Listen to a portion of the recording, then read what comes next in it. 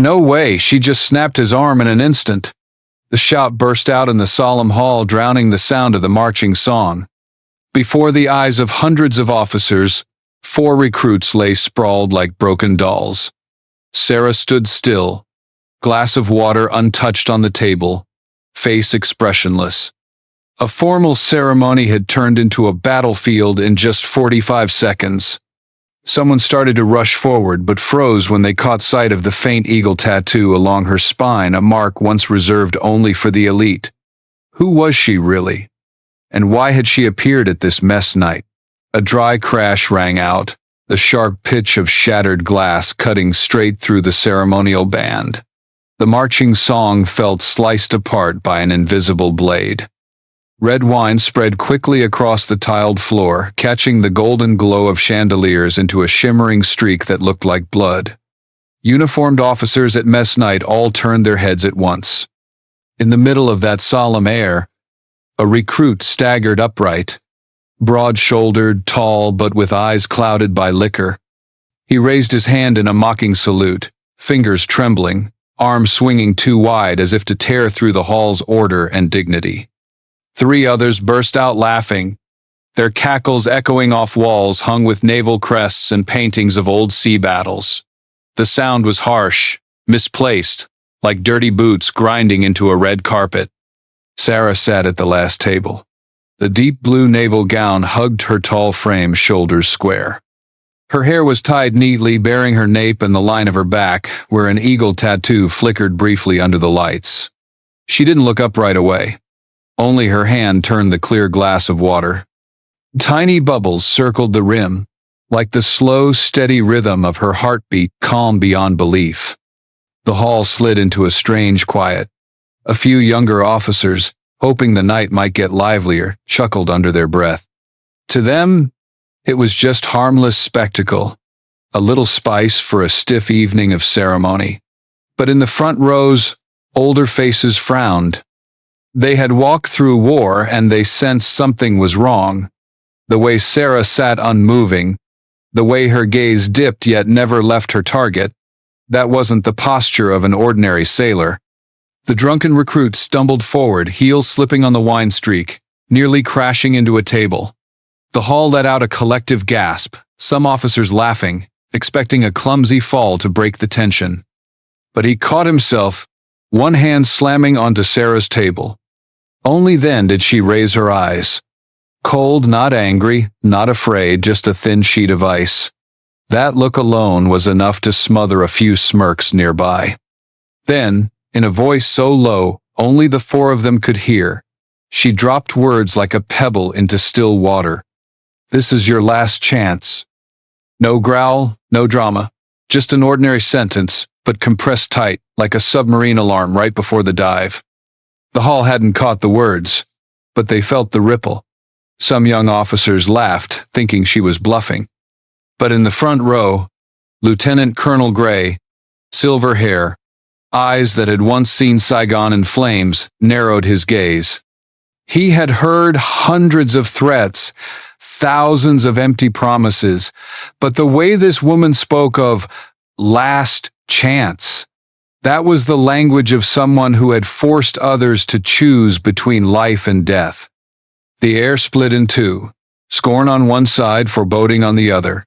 Even the band faltered, strings slipping out of tune. Everyone seemed to wait for what would come next. An evening meant to honor tradition, to celebrate generations of service, had suddenly turned into a stage for confrontation. Not at sea, not in the trenches, but here, in a gilded hall beneath chandeliers and the crunch of glass underfoot. Sarah sat unmoving, eyes gray-blue like a mirror. Those who'd never seen combat missed the signal. But the ones who had survived war knew. That was the gaze of someone braced for detonation, a grenade pin pulled but not yet thrown. And somewhere in the hall, a veteran muttered to himself, voice trembling, "Who is she?" All right then, my dear audience, if you're watching and finding this story gripping, drop a comment with the number 1 or write, "I'm still here" to keep listening. A wooden chair screeched, the sharp sound slicing through the silence like a knife. 4 recruits rose at once, eyes glazed with liquor, cheeks flushed red. Their heavy steps made the stone floor tremble. They broke away from the banquet table like a troupe of amateur actors preparing for a performance no one in the hall had bought tickets to see. The first circled behind Sarah, his broad frame blocking the light. He stretched his shoulders, trying to form a wall of flesh. Another slid across the exit, leaning lazily against the door as if he had just invented the idea of a strategic lock. The remaining 2 closed in from the front, their faces inches away, breath thick with alcohol pouring into a space meant for solemn toasts. They didn't shout. They whispered loud enough for the room to hear. Voices slipping into the murmur of officers around them. No superiors watching tonight. Another curled his lip into a grin. Let's see how well you handle our kind of ceremony. Sarah stayed seated. Her silence wasn't helplessness, it was the flat calm of a lake before the storm. Her eyes swept the room. Exit, 7 steps. Tables stacked close. Cover for 2 seconds, no more. Engagement distance, less than a meter. Every detail etched in her mind like numbers scrolling across a radar screen. The hall watched with curiosity. A few young officers raised their phones, camera lights flashing. They thought it was nothing more than harmless teasing, a little seasoning for a night weighed down with protocol.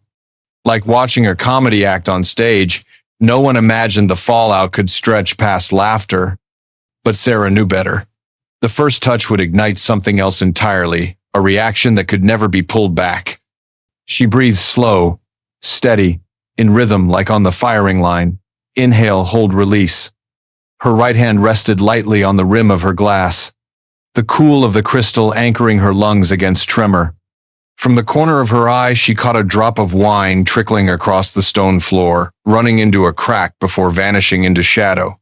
A small detail, but like the tick of a clock counting down.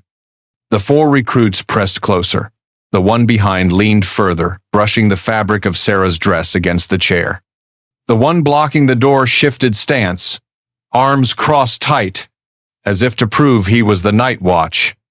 The 2 in front bent down, eyes hard yet tinged with curiosity, as though testing out a new piece of equipment. A cough broke the air from a nearby table, then silence. Someone sipped wine, hiding a smile. A few older officers sat motionless, their faces heavy as stone. They had seen this script before in the barracks, but never imagined it replayed in the middle of a mess night where the honor of the service was supposed to stand above all. Sarah still said nothing. Her silence thickened until the crowd could feel it. Against the recruits' drunken laughter, that silence bred unease.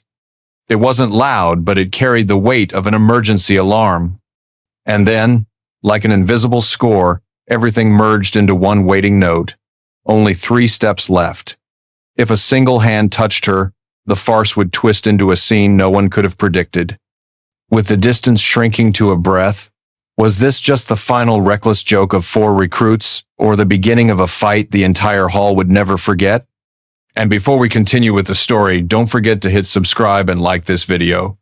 Oh, and drop a comment below telling us where you're watching from, we'd love to know.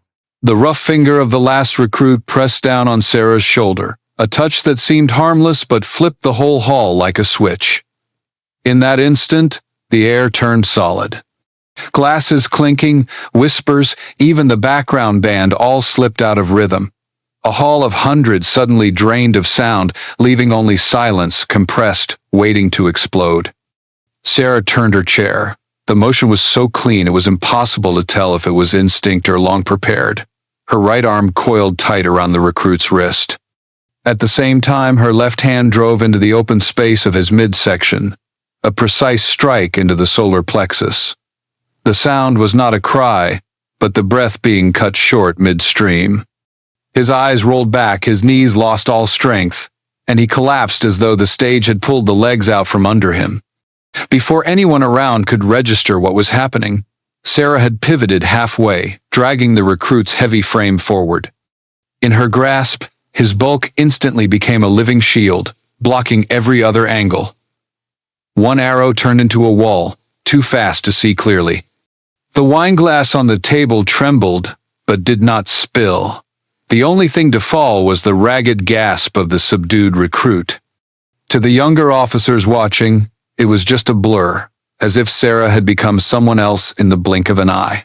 But to anyone trained in close combat, it was obvious. This was no improvisation. It was the product of thousands of hours of drilling, the body sharpened into a reflex machine. An older officer in the front row gripped his armrest without thinking. He had seen this move before, not under chandeliers, but in a dust-red alley in Kandahar, when a comrade had dropped an enemy with the exact same technique. The memory surged back, yet here it was unfolding beneath glittering lights and whispers of awe. Sarah held the man's body before her like a barrier, her cold gaze sweeping across the other three. The figure that had swaggered a moment ago now shook in her grip like a clumsy prop. The crowd hadn't even had time to gasp, frozen by the sheer contradiction. A formal mess night, deep blue evening gown, untouched wine glass, and in the middle of it, a swift clash of attack and counterattack, clean as on the training floor. To most, it was a bewildering shock. But to eyes that had tasted combat, it was the start of something bigger. A chain of counterstrikes had begun, irreversible, and they were only at the third second. No one in the room could pretend this was still a joke. The phones raised earlier to capture playful hazing still glowed, but the hands holding them now trembled. Lenses caught every detail. Sarah's compressed stare, the heavy body dropping like a marionette with its strings cut. And in that tightening air, a truth surfaced. This was no ordinary sailor. No one here knew exactly who she was, but one thing was clear. A military secret had just slipped out into the open at a solemn banquet. The hall was about to witness something Mess Night had never seen before. Would the next 45 seconds turn a night of honor into the stage of a fight no one expected? A wooden chair suddenly scraped hard across the stone floor, screeching like an emergency alarm. The second recruit, face flushed with drink and anger, charged from the side. Clumsy in movement, but heavy enough that if he landed, the impact would be dangerous. Sarah shifted half a beat, her step light as if she had already measured the distance. The edge of the table beside her became a lever. She pivoted her hips, using his own momentum to redirect. In an instant, the nearly 200-pound recruit was flipped, his back slamming against the stone floor with a harsh crack. The wall plaques trembled, chandeliers flickering in time like a drumbeat. Before the crowd could inhale, the third man rushed from behind. His punch came down like a hammer, strong enough to shatter a wooden chair. Sarah didn't retreat. She lowered, rooted, then spun her shoulder sharply. Her hand caught his wrist and drew him along his own trajectory. The strike turned into a fall, his heavy body hurled over her shoulder, crashing down with a thud that made the hall gasp in unison. A single taut second of silence. Some of the younger officers stifled nervous laughter, no longer treating this as a joke. Veterans in the front rows nodded subtly. They knew this was trained technique, not improvisation. The last recruit hesitated.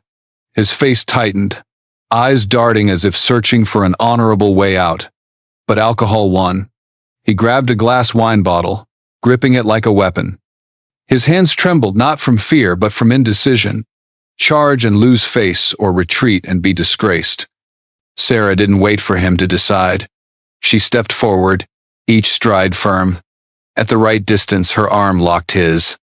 A clean 45-degree twist of the wrist, the bottle dropped, shattering, shards bursting like mistimed fireworks. His hand snapped open, strength draining from his body. With a light push, he crumpled, eyes hollow, as if all breath had been pulled out. Just 20 seconds. 4 bodies scattered across the cold stone floor, like chess pieces swept from the board. The crowd froze, a few phones still recording, their lights flickering across stunned faces. A young officer whispered, voice shaking, "What did I just see?" Sarah stood upright. One hand adjusted the hem of her navy dress, calm as though she'd simply risen from dinner, not from a string of combat maneuvers. The glass of water on her table was still half full, not a drop spilled. That detail chilled the hall. Such precision could never be luck. The silence thickened. A few older officers exchanged knowing looks. The younger ones gaped, half in disbelief. The air hung heavy, broken only by breath and the rolling fragments of glass across the floor. This technique could never have been self-taught. You're still with me, aren't you, my dear audience? Take a moment to pause, grab a glass of water, then listen on. Comment 1 if you're finding this story gripping, and don't forget to hit subscribe. The first sound wasn't laughter, nor was it cheers. It was a deep, gravelly voice, sharp as a referee's final whistle. Enough. The entire hall froze. The strange murmurs died instantly. Phones still glowed in rigid hands, no one daring even to blink. The man who had spoken slowly rose. He needed no introduction. The ribbon of metal stretched nearly across his chest was enough for every young officer in the room to know who he was. Lieutenant Colonel Gray, the man generations of recruits had only heard of in naval history lessons, was now standing in the front row, leaning on his cane. His gait was slow, but each strike of that cane on the stone floor landed with certainty, each thump like a marching drumbeat. The chandeliers cast light across his silver hair, his face sharp and resolute. His eyes still carried the battlefield's steel. They said he had been in Beirut in 1983, had led units through mine-ridden streets in Fallujah. To many young officers here, he was a living symbol, flesh and blood heritage. Gray moved closer to Sarah. 4 recruits lay gasping on the floor. The hall held its breath, each step of his carving new lines of tension. He stopped directly before her. Sarah stood tall, still in her deep navy evening dress, the half-full glass of water neatly resting on the table. The contrast was too stark. 4 men down in 20 seconds, and a woman who looked untouched, almost indifferent. The colonel tilted his head, peering deep into her eyes. Eyes that carried him back to Coronado, the brutal training ground where no mistakes were allowed. He had seen those eyes decades ago, the eyes of those who survived Hell Week, then vanished into shadow missions that left no names. His voice rang out, low and steady, like a hammer striking steel. Those moves, I've seen them at Coronado. That wasn't performance. That was SEAL technique. The words hit like a spark into dry tinder. The hall erupted in whispers, young faces wide with disbelief. A few phones wavered in trembling hands, operators forgetting to adjust their angles. SEAL, 2 letters that needed no explanation. Spoken aloud, they shifted the entire atmosphere. Sarah gave no response. No nod, no denial, no defense. Yet it was her silence that confirmed it most of all. No paperwork required. What they had witnessed with their own eyes erased all doubt. From a corner, a young officer couldn't stop himself, blurting, "A SEAL? In an evening dress?" His words drew a few nervous chuckles, but the laughter died quickly. Everyone knew they had just seen something rare, truth colliding with legend in real time. Lieutenant Colonel Gray turned, his gaze sweeping the room, his voice now addressed not only Sarah, but every soul present. "You just tested yourselves against an active operator, and you failed in 45 seconds. Not a laugh remained. The faces that had sneered before now hung low, avoiding his eyes. Phones still recorded, but no one dared smirk. Sarah stood unmoved, straight-backed, shoulders steady. She was both part of the room and the center of it. Gray needed no further words. He had done what she herself had never intended, made her identity public. The truth was spoken, and it would not remain within these walls. In the dozens of videos recording, in the hundreds of eyes watching, her name was already breaking free, about to travel far beyond anywhere Sarah had ever set foot. Her identity was no longer a secret in the mess night hall. But when the world learns that a female SEAL operates from the shadows, what will happen to her then? That night, as the mess night hall slowly emptied, what lingered wasn't the sound of marching songs, but the glow of dozens of phone screens. Clips had already been uploaded the moment the first wine glass shattered. The sight of Sarah in a deep navy evening dress, dropping 4 recruits with just a handful of precise moves in under 20 seconds flashed like lightning across the digital night. By morning, every platform was flooded with the same image: a woman standing tall, breathing steady, dressed pristine, beside 4 bodies sprawled on the floor. Headlines varied: Mystery Seal at Mess Night, Evening Gown and 45 Seconds of History, even memes captioned, "Respect is earned." Inside the military community, the clip went beyond laughter. Veteran forums buzzed. Some shared it with satisfaction. This is a live lesson. Respect never comes from rank or insignia, but from skill and discipline. Others said nothing, replying only with a salute emoji. For those who had endured the training fields, the video pulled up old memories.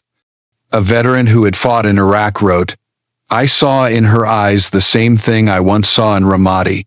Not a performance, but raw survival instinct." That post alone was shared thousands of times within hours. Meanwhile, inside the Navy, the air was tight as an overtuned string. Emergency calls carried through the night. Conference rooms stayed lit until dawn. The issue was no longer a few unruly recruits, it was the undeniable fact that Sarah's cover was blown. Once, she had been just a name hidden on a redacted list, an operator tied to missions that didn't exist on paper. Mess Night had made her a public face. And in Washington, that reality was a double-edged sword, a liability but also a strategic opening.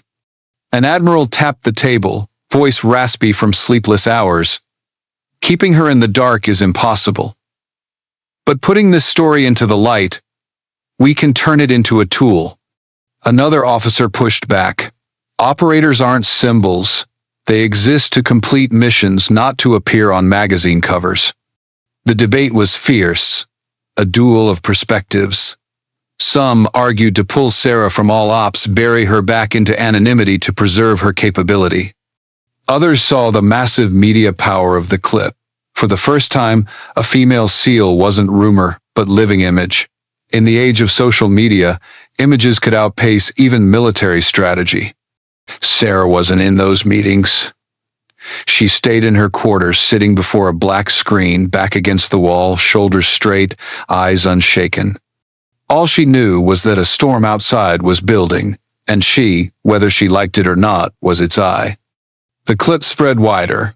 Major networks replayed it. Talk shows dissected each frame. A martial arts expert went on air. "This is rapid takedown technique, taught only in special operations programs." No mistaking it. Almost instantly, the phrase "female SEAL in an evening gown" became a top trending search. The 4 recruits involved were reassigned temporarily. They became living cautionary tales for the costliest lesson of their careers. Never underestimate anyone, especially when you don't know what history they carry inside them. Mess Night, once meant to honor tradition, had now become a new milestone. A night where a secret identity was exposed, and the legacy of discipline echoed in a way no one had foreseen. The command now stood at a crossroads. Would they keep Sarah hidden as a ghost, or use this moment to bring her forward as a symbol? The disciplinary report was drafted quickly. On paper, the punishment for the 4 recruits seemed set in stone. Suspension, demotion, even expulsion from the officer training program. For the Navy, their behavior at a formal mess night was not only disrespect, but a stain on centuries of tradition and discipline. And yet, in the middle of the tense meeting, an unexpected proposal surfaced, not from admirals, not from seasoned officers, but from Sarah herself, the one at the eye of the storm. She didn't speak much. She simply placed a handwritten note before the board. Just a few short lines, but enough to freeze the entire room. "Don't cast them out. Give them a chance to make it right. I will personally help design a special training course on leadership and respect, and they will be the first students." Not everyone agreed immediately. Some officers argued the misconduct deserved the harshest punishment, But when they looked at Sarah's record, the woman who had stayed silent for years in the shadows, who had never asked for glory, and now chose to plead for mercy, they realized perhaps she saw something in those young men that others had overlooked. 2 months later, on a summer morning at the Naval Training Center, the four faces once bowed in shame now stood before a class of fresh officer candidates. Their uniforms were sharp, their voices unsteady, but their eyes firm. No one would have imagined the same men who had made a mockery of mess night would now be here. One of them, the recruit who once gripped a wine bottle like a weapon, drew a deep breath before speaking. That night, we thought strength was in noise, in showmanship, in overwhelming force. But the truth was different. Real strength is silence. It's control. It's knowing when to stop before crossing a line you can't come back from. The classroom fell silent. No sound effects, no replay screens. The words carried their own weight, born of an experience no one wanted to repeat, but everyone had to remember. The four recruits weren't absolved. They still bore discipline, still carried responsibility. But the chance to stand before new officer candidates, to retell their own failure and the lesson it carved into them, turned them from offenders into living proof of growth. That was how the Navy transformed a scandal into a collective lesson. Sarah wasn't at that session. She sat in a quiet training room, wiping down the sidearms she knew by heart, just as she had thousands of times before. She didn't need a public apology, nor a statue in her honor. Her legacy didn't live in medals or citations. It lived elsewhere in each new class, where the story of that mess night was retold as a warning. On the teaching slides, her name was never written. Only a line appeared: case study, respect and discipline, mess night, Denver. But anyone who had seen the clip, anyone who had heard comrades recount it, knew exactly who the story was about. And sometimes, silence itself was the most powerful form of recognition. A few weeks later, a new motto was posted on the training center's bulletin board. Respect is not rank. Respect is earned. No one argued. No one crossed it out. Everyone agreed because they had seen it with their own eyes and learned it from those who had paid the price.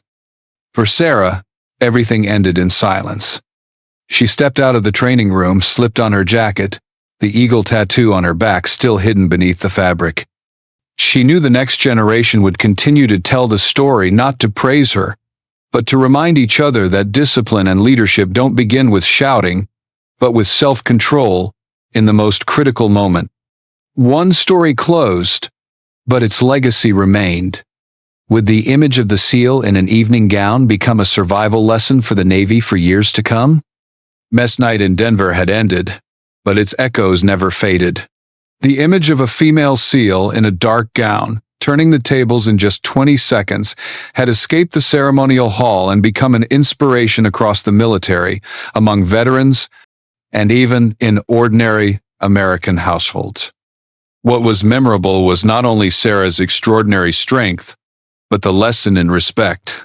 In the military, as in life, respect does not come from rank or from loud voices.